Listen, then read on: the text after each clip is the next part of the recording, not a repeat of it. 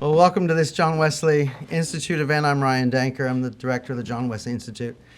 And it's good to have all of you here. I think I know most of you all too well. And I know our speaker very well. In fact, Father Philip Corbett and I have known each other since 2007, which dates us a bit, Philip. No, we're unaging, timeless in our conservatism, I think. Yeah. At the time, Father Philip was a priest librarian at Pusey House, Oxford, and he went on from there to be the vicar of St. Stephen's, Lewisham, and then on to All Saints, Notting Hill, and now at St. Silas the Martyr and Holy Trinity, Kentish town, London. And had the great opportunity to visit his somewhat new parish in October. He is a graduate of, there are many. He went to seminary at Mirfield. He's a graduate of Keble College, Oxford. He spent time up at Aberdeen? St. Andrews. And then there's this place called Yale up in Connecticut that he spent some time at. He was for a long time the editor of New Directions, which is the magazine of the Society. I could read on and on his accolades, but I think it's more important that we welcome him tonight for this lecture on the Church and the Monarchy.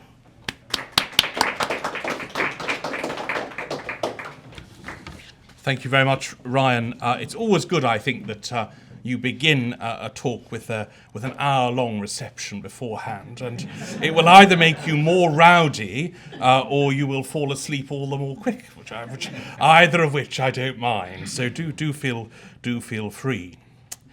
This evening, I'm just going to give an overview, really, of the monarchy and the church, thinking about a little bit of history, but also thinking more about what it means to the modern Church of England, what it means to Britain today to have a monarch who is a practicing Christian, and what that actually means.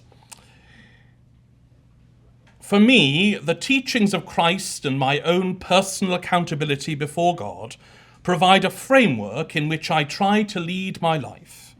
I, like so many of you, have drawn great comfort in difficult times from Christ's words and example. So said the late Elizabeth II in her Christmas broadcast in the year 2000. Her death led many to speak of her as Elizabeth the Confessor, as one who had spoken profoundly and deeply about her Christian faith. Hers was a life of service. From the age of 21, asking that God might help me to make my vow, taking seriously her coronation oaths of service to her country, and then speaking profoundly year in, year out, particularly on Christmas Day, about her faith, about her love for God. In 2002, she said, "I know that the only way to live my life is to try to do what is right, to take the long view, to give my best in all that the day brings, and to put my trust in God."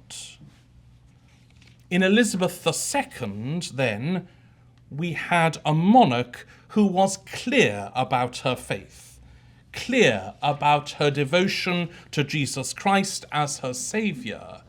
And whilst we might not always have seen her at worship, and we never saw her receive Holy Communion, unless you squinted in Westminster Abbey when she opened the General Synod, she never received Holy Communion in public,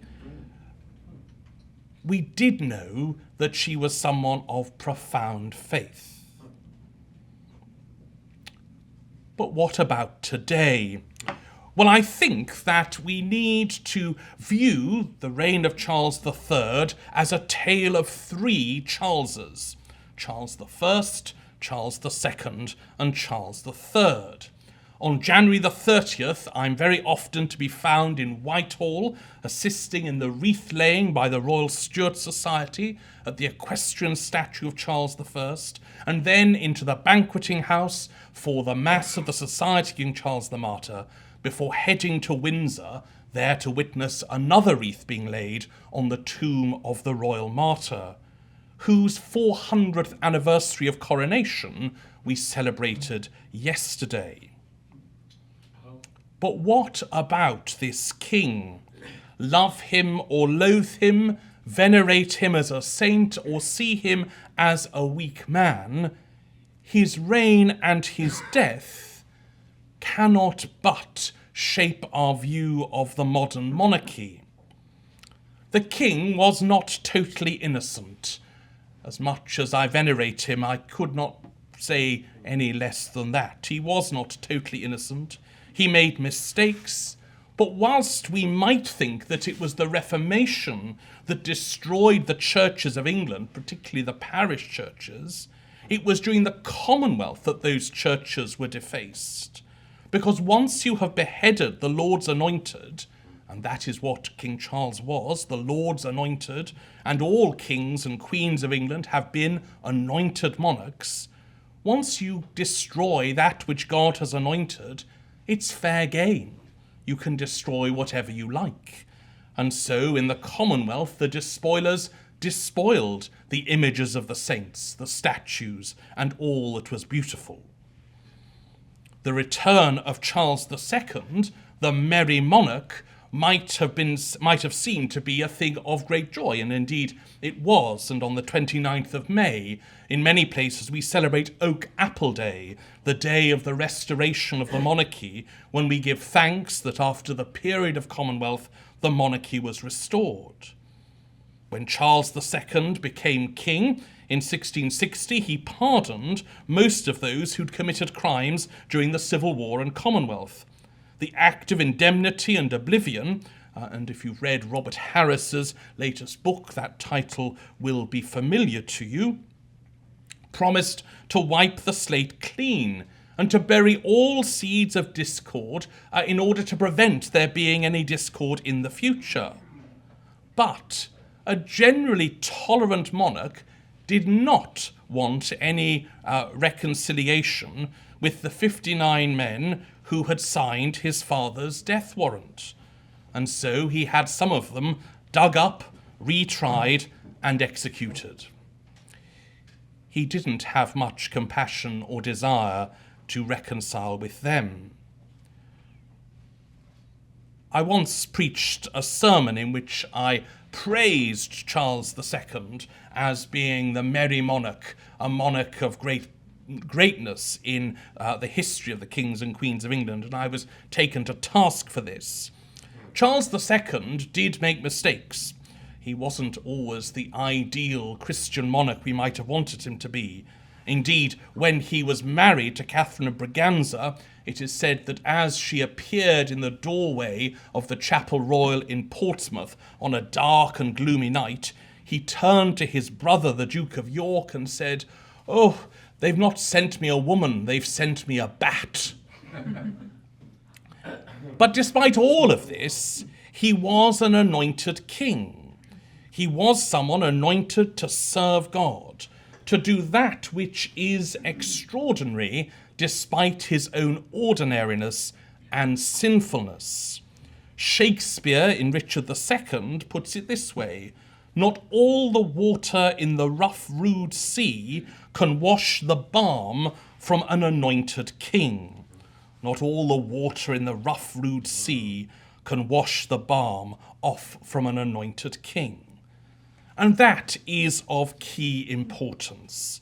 The anointing of the kings and queens of England is key to our understanding of their role in Christian society. And for me, looking on as the coronation of King Charles III was planned, that was the key thing, to know that he would be anointed as our king, anointed as an ordinary man in order to do an extraordinary thing. because, of course, that is what we, as Christians, are called to do when we are anointed, whether that be at our confirmation, at our baptism, or at our ordination, or at another point. We are anointed as ordinary men and women to do extraordinary things.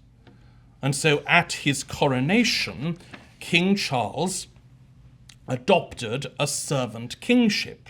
He was greeted at the door by children who welcomed him in the name of the King of Kings. And he said, in his name and after his example, I come not to be served, but to serve. I come to serve, not to be served. And that image of the servant king is an important one, that King Charles sees as part of his work to defend the rights of his people around the world and to ensure that they are kept safe. And of course, at the recognition, the people all acclaim him, whatever their faith and background, with the words, God save the King. And of course, the national anthem of Great Britain is a prayer, God save the King. Standing in the Mall on the day of the coronation, the moment that the crown was placed upon the head of the king, a cannon was fired and the crowds erupted into cheering. And they all wanted to sing God Save the King, a prayer of the people for the monarch. When his mother died, Charles III spoke to the nation about her abiding love of tradition, together with a fearless embrace of progress. He said, I pay tribute to my mother's memory, and I honour her life of service. I know that her death brings great sadness to so many of you, and I share that sense of loss beyond measure with you all. Our values have remained and must remain constant. The role and duties of monarchy also remain, as does the sovereign's particular relationship and responsibility toward the Church of England, the church in which my own faith is so deeply rooted. I think there might have been a collective sigh of relief when he said that. Because whilst monarchs of the past, certainly George V, George VI and Queen Elizabeth II, might have been clear about their Christian faith, and whilst the Church of England lived through the abdication of Edward VIII and all that meant, an archbishop thinking he would have to refuse to anoint and crown a king because he didn't share the same view of marriage as the church did. And indeed, the discussions that occurred around the divorce of the then Prince and Princess of Wales and the remarriage in 2005 of the then Princess of Wales and Mrs. Parker Bowles. Those conversations around what the Church of England teaches and believes have been difficult ones, and ones that the King has had to face, and indeed the Church of England has had to face. And so, at the time, the King was married in a civil ceremony in a registry office and then received a blessing in St. George's Chapel, Windsor. That is what his subjects would receive in the Church of England at that time. There was also, of course, this concern about what the king would be known as in terms of the faith. Would he be defender of faith or defender of the faith? In 1994, he said, I personally would much rather see it as defender of faith, not the faith, because it means just one particular interpretation of the faith, which I think is sometimes something that causes a great deal of problem, has done for hundreds of years. And then his biographer, Jonathan Dimbleby, asks, so defender of faith means defender of those who believe in a God in whatever form you would want to encourage them in that capacity and that urge. And the prince replies, yes, defender of the divine in existence, the pattern of the divine which is, I think, in all of us, because we are human beings and can be expressed in so many different ways.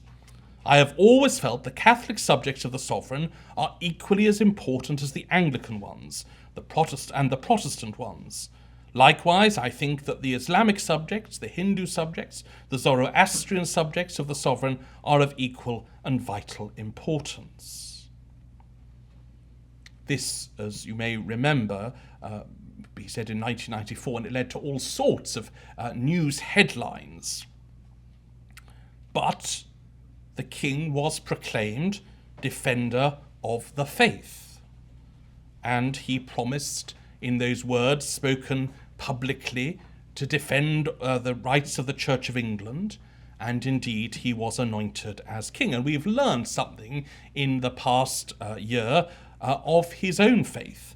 And each week he's seen going to church, particularly when he's in Sandringham, a photograph of him greeting the parish priest there or leaving the church.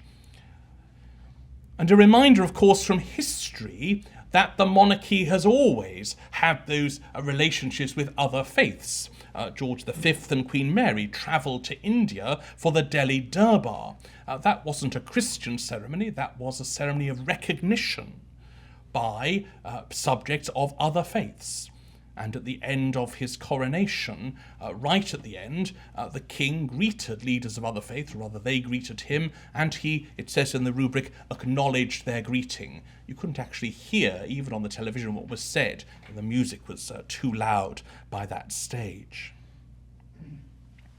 So the king, I think, has a deep faith, a faith that has come out of his own personal history.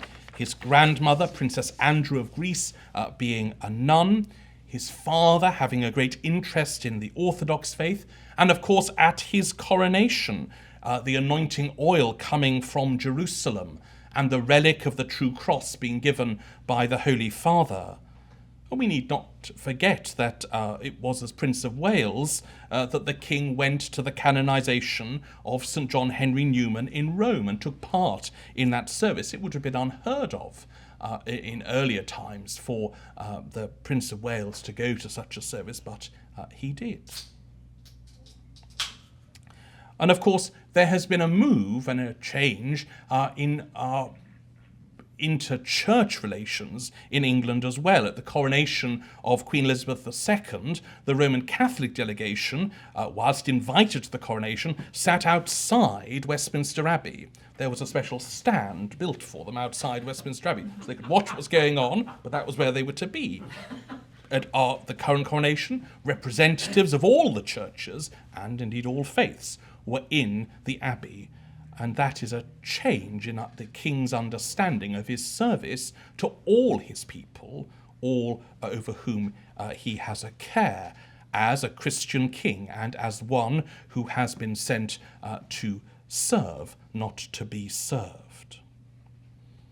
So I think this all points to a good relationship between the church and the Christian faith and the monarchy. And there are various things that the king does, various actions that he does year in and year out that maintain this relationship. So in a couple of weeks' time, on Maundy Thursday, the king will follow an ancient practice of the monarch and will distribute money to those deserving men and women, normally pensioners, who will receive ceremonially money from the king in a special service. I think this year at Durham Cathedral. In previous generations, the king, or rather his representative, would have washed their feet and given them gifts of food and of cloth. But that has been streamlined into this gift of money. but recognising the important service of men and women through their lives, and an act of recognition by the monarch, but also very seriously a reminder that he is to serve and that he is to follow the commandment of Christ, the new commandment, to love each person as God loves them, to show that love one another. And the monarch does that through that handing of the money ceremonially on Maundy Thursday. Equally, on the Feast of the Epiphany, the king presents gifts of gold, frankincense and myrrh in the chapel royal at the altar. And I was lucky enough to be present on the first occasion that he did this. Now again, he doesn't do it personally, he sends a representative, but it is him doing it. He is the one who is presenting those gifts to the one who is the King of Kings, showing to whom he is subject, Jesus Christ. You may, of course, have questions, and you might be wondering about the way in which the monarch relates to the running of the church. The king, in the form of the crown, is the patron of various parishes. I think a couple of hundred parishes are in the patronage of the crown. And that means that he, in his capacity, delegates the choice of that parish priest, the appointment of a vicar or a rector to that parish, to someone in the Crown Appointments Committee. But that is a relationship that then that parish has with the Crown. And indeed, if you're appointed to a Crown living, your mandate, giving you the authority to be the incumbent, the rector or the vicar, is signed by the monarch. So a direct link between a parish and the king. And I think the king takes interest in those parishes. Certainly the late Queen took an interest in who was being appointed. There are, of course, the royal peculiars, Westminster Abbey being one of them, again, where the monarch has a place, a home, if you like, where they can worship and where they can be. The question of disestablishment is one that often rears its head. Could the Church of England be disestablished? Should the Church of England be disestablished? Should the bishops have a special place in the House of Lords? And it's a very difficult question, because in order to disestablish the Church of England, it's not simply a question of saying, tomorrow we disestablish, and tomorrow the bishops leave the House of Lords, and we replace them with representatives of all faiths. It just simply isn't as easy as all that. And that is probably why no government, I don't think, will ever undertake to disestablish the Church of England. It would simply cost too much money to unpick all of the legislation, because all marriage legislation has the Church of England written into it. Land registration and land law has the Church of England often written into it because of the parish system. The way in which we register births relates to the Church of England, and there are all sorts of mandated fees. The connection between the General Synod and the House of Parliament, where bits of church law are ratified by our Parliament, is all linked in through law that it would just cost too much to unpick. So perhaps better would be for the Church of England as a whole to think about how it could be a better voice in representing Christian values in areas of government, and speaking about those things that matter to Christians, and speaking up for Christian values. And indeed, hopefully the bishops will do that. Of course, for Anglicans around the world, we await the appointment of an Archbishop of Canterbury, and that will have some involvement of the Crown Nominations Committee. It will have some involvement of the king. The king will see the list of names and will take advice from his Prime Minister on who to appoint. So all in all, the king plays his part in the life of the Christian community in England. He I imagine, well, I don't imagine at all, he goes to church more often than most of his subjects, it is fair to say. He worships, he has spoken about his Christian faith, spoken about the way in which Jesus Christ and the faith that he received from his mother and grandmother and father have shaped his life and his work, and he has dedicated himself to that work of service, of being the serving king, of being someone who is able to take that role forward. And I think perhaps for us as Christians, it is heartening, it is important to see someone who has made mistakes, who I think would admit has made mistakes, who has needed God's love and God's compassion in his life, and who has been able, by that anointing which he received at his coronation, to do that work of service, to be the one who can serve his people. And he clearly takes that very seriously. Earlier, late last week or early this week, there was a news piece about the United States of America becoming an associate member of the Commonwealth. I don't know what you all think about that, and what might happen if that was to happen.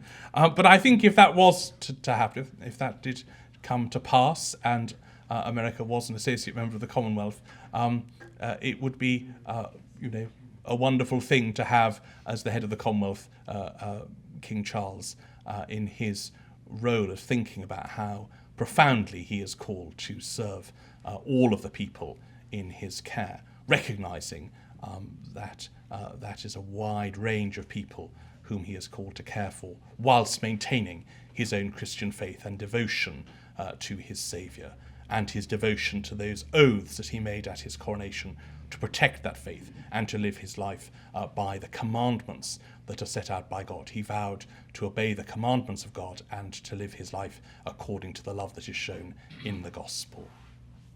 Thank you very much.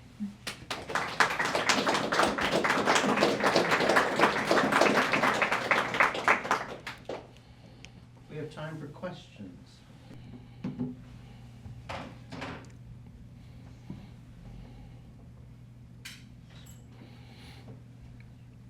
Whilst we're waiting, I should say, I've told most of you this, I was very lucky today to have a tour of the White House, which I'm very grateful to those who organised it. And it was wonderful to see inside the White House, which is an amazing building, and a real reminder just about the way in which buildings and ceremonial help us to understand something about our nation and about the structures around that.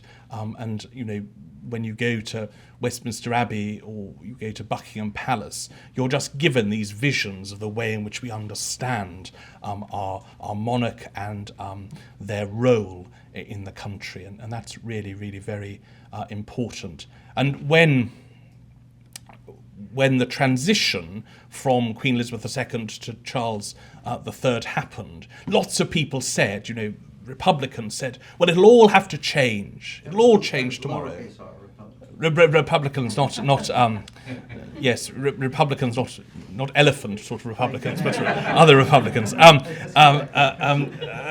People said, oh, this will all have to change. This is it. The death of the Queen will be a watershed moment. And of course, nothing changes because, like a government changing, like people removing all the furniture from the White House so that the new furniture can be brought in, it just happens. Someone gets up and proclaims the new king. Someone arranges the coronation. Someone declares this, this, and this. And it just happens. And there was a moment, one moment that was broadcast in the Royal Albert Hall, but also I was down outside Buckingham Palace when the Union flag was lowered to half-mast, and we knew that an announcement about the death of Queen Elizabeth II had been made, and people began singing God Save the King, because the Queen is dead, long live the King. It changes in a moment, and that in a sense is why the tradition and the faith carries on, because it changes in a moment. Sorry, that was an aside.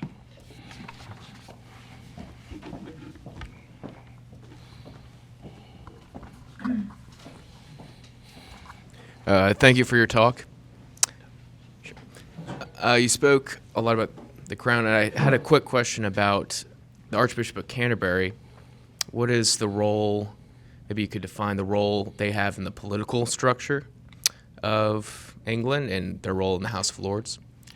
Yeah, so the Archbishop of Canterbury has a seat in the House of Lords by right, one of the bishops who sits there, and therefore has a vote on government legislation and can speak in the House of Lords on matters of interest. The bishops in the House of Lords tend on most occasions to do it on a rota system, and so they are rotated in for weeks where they are there, unless it is an area of interest or concern to them particularly. They have a very small staff dealing with these things. Surprisingly small, really. Bishops sharing staffers, perhaps only part-time, to deal with those things. So that's important. And I think, more broadly, the Archbishop of Canterbury has a political role in the sense that they are the voice of the Church of England, the senior bishop in the Church of England. They presumably meet the monarch on a regular basis. They would have the ear of the Prime Minister to be able to speak out on those things. But in reality, the real political role is simply as being the chair of the General Synod of the Church of England, and then having that role in the House of Lords and doing that. So it's a tenuous relationship in many ways. Yeah, thank you very much for your talk. Really appreciated it.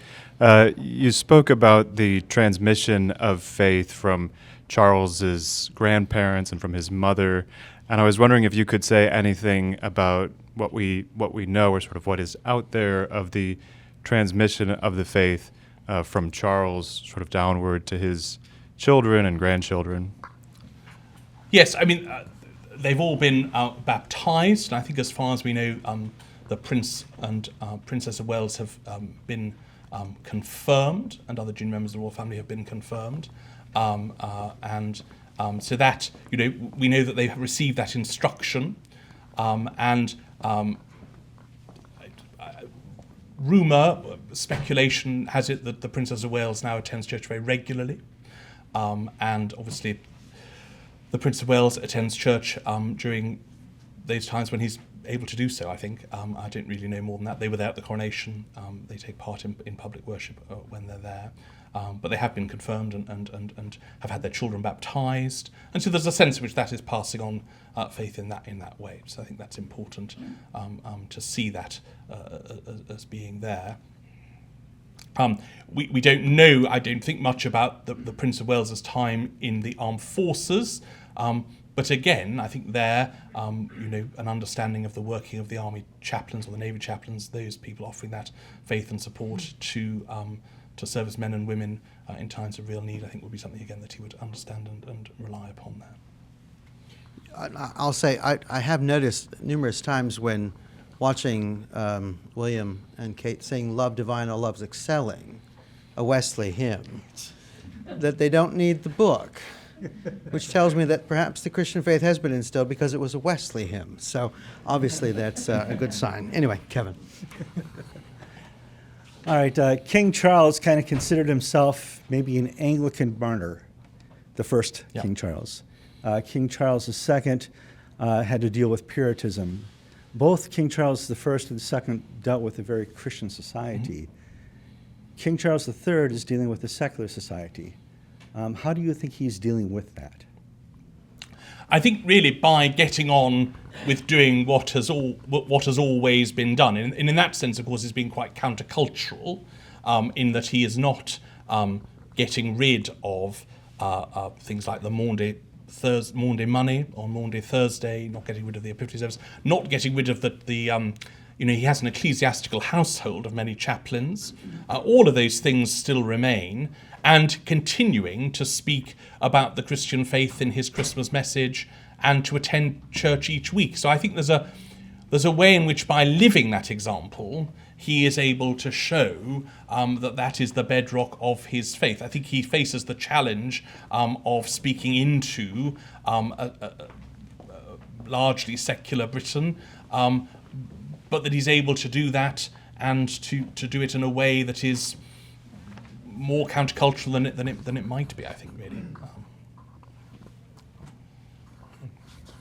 Yeah, thank you, Reverend Corbett. Yeah, I'm also the vestry member, and I have the question regarding some decline of Anglicanism in times of the Revolution, as you mentioned. So I was curious because, as you know, the Anglicanism is also the very deeply affiliated with the patriotism in the Great Britain and the commoners. So evidently, as you know, the Admiral Sir Francis Drake and also the Horatio Nelson were sons of the Anglican priest, and naturally their heart was on Anglican faith, even during their naval service for the homeland. And also, as you know well, in times of the colonialism in Victorian Empire, those kind of Anglican seminaries in Singapore and Hong Kong were also some of the regarded as governmental institute, and those primates and priests had also the very close affiliation with the governors, colonial governors of Singapore and Hong Kong. But that is why, regarding that aspect, I wonder how this Anglicanism, some of the decline at the moment of the revolution. And I also recall that General Oliver Cromwell's great-grandfather was bishop who officiated the mass in the Buckingham for the royal family. So that is why I'm quite curious, sir. Thank you. Yeah. I mean, during the time of the after the death of Charles I, in that time of the Commonwealth, after the Civil War, because the authorities were Puritans, they banned Christmas, they banned dancing, they banned everything that was perhaps joyful, and had such a clear idea of how things were to be, that there shouldn't be images in churches, that Puritanism sort of, I suppose, we all look at history in a biased way, don't we? I mean, for people like me, that would be to take the Church of England away from its sort of broadly Catholic understanding of how it had been after the Reformation, that in many ways lots of the life had carried on, and yet at this moment there is this break. And that, of course, is why when Charles II comes back, he's the sort of merry monarch, because he reintroduces all of these things and a sort of brightness of the faith, leading up to the prayer book of 1662, a sort of brightness and an understanding of something of his father's religious life as what we might call a sort of high churchman, Laudianism, that sort of thing. So that it was just that moment of people taking an extreme position and one position taking hold, the via media, the middle way, disappearing really, and you having to believe one set of things, and if you didn't, then that was that.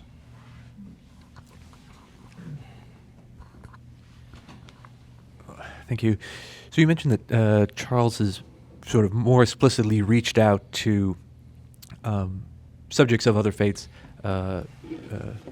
Hindus or Muslims, but of course, the UK's had plenty of residents. Previous monarchs have had plenty of subjects who were of those faiths or other faiths, long before Charles became king or before he was born. So I wonder, were there previous monarchs who made some efforts, not the same ones Charles was making, at accommodation or acknowledgement of the, say, Hindu or Muslim subjects? Were there any Hindu subjects in Queen Victoria's household, or were such people invited to court functions? Yes, I mean, there were, and I can't now remember the name of the film, which famously, it's the Victorian Abdul. Thank you very much, Victorian Abdul, which speaks about one such Hindu servant who came and worked in the household of the Queen. And there's always been that relationship. And of course, the more public image, of course, was always about the Crown's relationship with Roman Catholics, because that was seen to be more contentious. But of course, Queen Victoria visited the sisters in the abbey on the Isle of Wight, and there's a wonderful story about. She said to the Reverend Mother, "Oh, Reverend Mother, I don't want any of the sisters to curtsy to me." And as they went round, all these sisters kept sort of bobbing up and down. And the Queen said to Reverend Mother, well, Reverend Mother, I told you I didn't want the sisters to curtsy to me. It wasn't necessary. And the Reverend Mother said, Your Majesty, they weren't curtsying to you, they were curtsying to me. So there has always been that engagement and that attempt. And of course, the Delhi Durbar, where King George V and Queen Mary travelled to India, was one such occasion of bringing the empire at that time and those of different faiths and understandings into contact with the monarch and sort of seeing that as being part of the monarch's call and life. We've had a long journey, a journey we're probably still on, in fully understanding equality and diversity, all sorts of things. But that's part of the path that the monarch is himself on and journeying in that inclusion and seeking to encourage all people. But yeah, they were there in times past as well. And I think, whatever, depending on which history books you read, there are all sorts of theories about how things worked in the past as well. So, yeah. Hi, thank you for your talk. Your comments about the White House at the very end there made me think about some discussions I've had with Americans about how, and this is an open question, the presidency is maybe a kind of inheriting or a replacement of the office of king, obviously in a very different way. I guess I have a two-parter on that. Number one, do you think that's true? Do you think that the American presidency can be read in that way? And then second, do you think that that's good? Do you think that would be healthy for us if we sort of engaged with those interpretations in a greater way?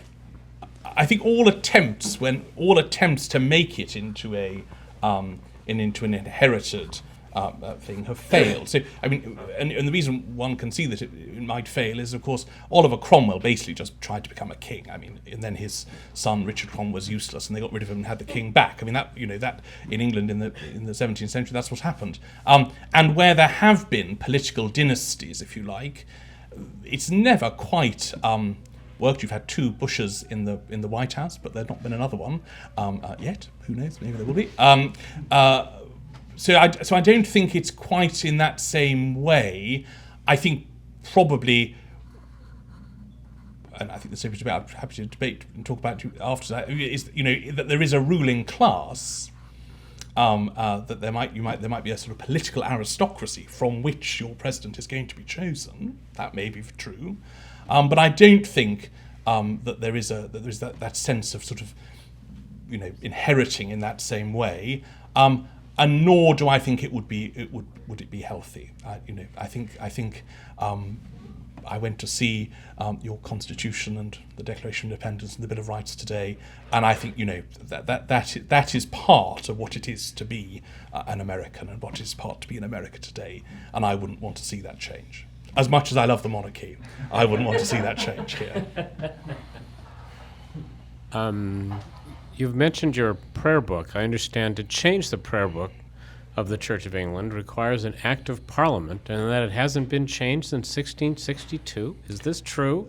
And tell us more about all this. So in order to change the 1662 Book of Common Prayer, there would require an act of Parliament, and there was an attempt in the 1920s to do just that, and there was something called the 1928 Prayer Book, and it got to Parliament, and in those days perhaps parliamentarians were more clued into the church and religion, and lots of people thought it was too Protestant, and lots of people thought it was too Catholic, and they got rid of it. But if you go,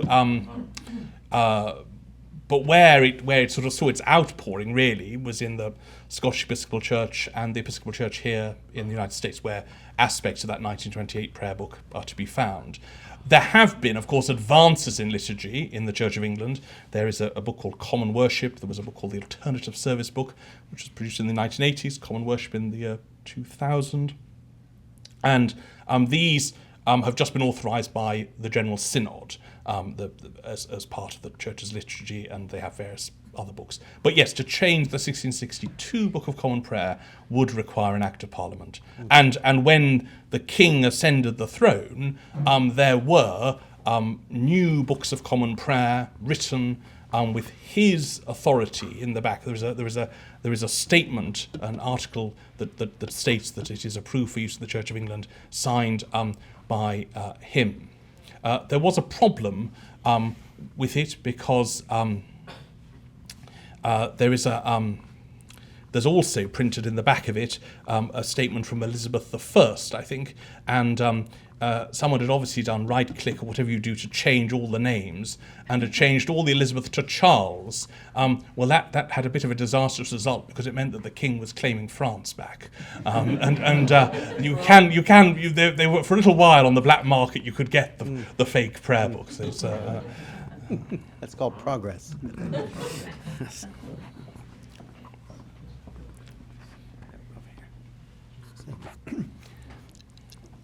I was curious, through history, how have the clergy spoken and voted in comparison to the rest of the population? I'm thinking particularly during colonial empire times, war.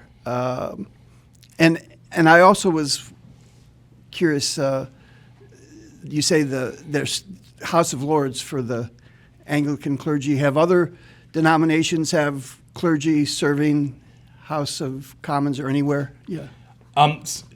So to sort of answer that in reverse, the bishops of the Church of England sit in the House of Lords by right. There are now leaders of other faiths and other Christian denominations who sit in the House of Lords, having been appointed by the Prime Minister and therefore by the King, or the Queen in this case, to sit in the House of Lords. Jonathan Lord Sachs, who was the chief rabbi, for example, sits in the House of Lords. Leslie Griffiths, a Methodist, sits in the House of Lords. So there are those other, and there was a time when you couldn't sit in the House of Commons if you were ordained in the Church of England, or indeed ordained into any other faith, but you can now. And so, I mean, a key example is the Reverend Ian Paisley. And Roman Catholics, of course, have a strong voice in the House of Commons, and of course there are Catholic peers with strong voices as well in the House of Lords. So that happens. And in terms of sort of the voting of the clergy, we're blessed with a secret ballot. So no one really knows how the clergy have voted in elections, at least. We can, of course, see how the bishops vote when it comes to the House of Lords, because we can see how they vote if they're there to vote, because the voting right things are public. Oh, I think. No. Oh, and then we'll go up to the front. Yeah. And then probably wrap it up. Wrap it up after I'm done? No. Okay, all right. No. I'll let the lady wrap it up. Okay. All right, from an ex-colonist, King Charles III's mom went long, died at an old age. King Charles III is rather old right now and is currently in the hospital for cancer treatment. What is your prospects and understanding of a discussion on a monarchy of William and the church? It's tricky, and I'm not, loyalty doesn't permit me to think about the death of the king, really. But I think that the transition will happen in the same swift way as it happened between his Prince William's grandmother and father. But I should imagine that there are conversations happening now about what that's going to look like, what a streamlined monarchy might look like. I think that the Prince of Wales has different concerns to those of his father. I think there are still concerns about being one who is to serve and not to be served. I think a real desire to help the homeless, to help those most in need in our society in the United Kingdom and around the world. A real concern about the environment and the conditions of people. So I think there is all of that. How that will translate into what his relationship with the church will be, there will, at the moment of his succession to the throne, he will become all sorts of different things in relation to the church. But how that plays out in the future, I simply don't know. I suppose my prayer would be that it would be a long and fruitful relationship with the church. But I don't know beyond that, I'm afraid. This might be a good grand finale question, and thank you very much. What if the heir decided they wanted to convert to a different faith? Then I think legally they would be removed from the list of succession. Interesting. Yeah, so they would simply be removed. And of course, over time there are people further down the pecking order who have become Roman Catholics, for example, and who have been removed from the line of succession. And they are removed, and that is what happens. So it would be very serious. I mean, it would be there would be a constitutional question that would be a serious one, because they would be removed. And so in the past it's been people like Lord Nicholas Windsor, Catherine the Duchess of Kent, Prince and Princess Michael of Kent, people like that. So quite a long way down the list, although they weren't that far down the list at the time. But yes, they would be removed from the line of succession. Thank you. Yes. Well, let us thank Father Philip. But don't go too far. But don't go too far. We have something for you. Now, I have to say, Philip is a well-known Anglo-papalist. Don't tell them that. Save the best for last. I still remember it was in the fall of gosh, what year was it? What year did they change the translation of the Mass? 2011. That's right, fall of 2011, and I was visiting, and Pusey House, that they were using one liturgy one day, and then the next day it changed because the Vatican changed the translation of the Mass. And I spent a whole night typing. It wasn't. and me being me, I sat across from Philip at breakfast, and I looked across the table and said, "Father, that was a very strange form of the prayer book you used this morning." And the dear man scowled at me, much like he is at the moment. But in honor of all that, we have some socks, and Sarah had her hand in this because she went over to the Catholic Information Center and got you some Catholic socks. St. Blaise and St. John Paul II. So. Two of my favorites. Thank you, everyone, for being here. We have plenty of food and wine in the back, so stay for a little bit, and then we'll kick you out. All right. God bless.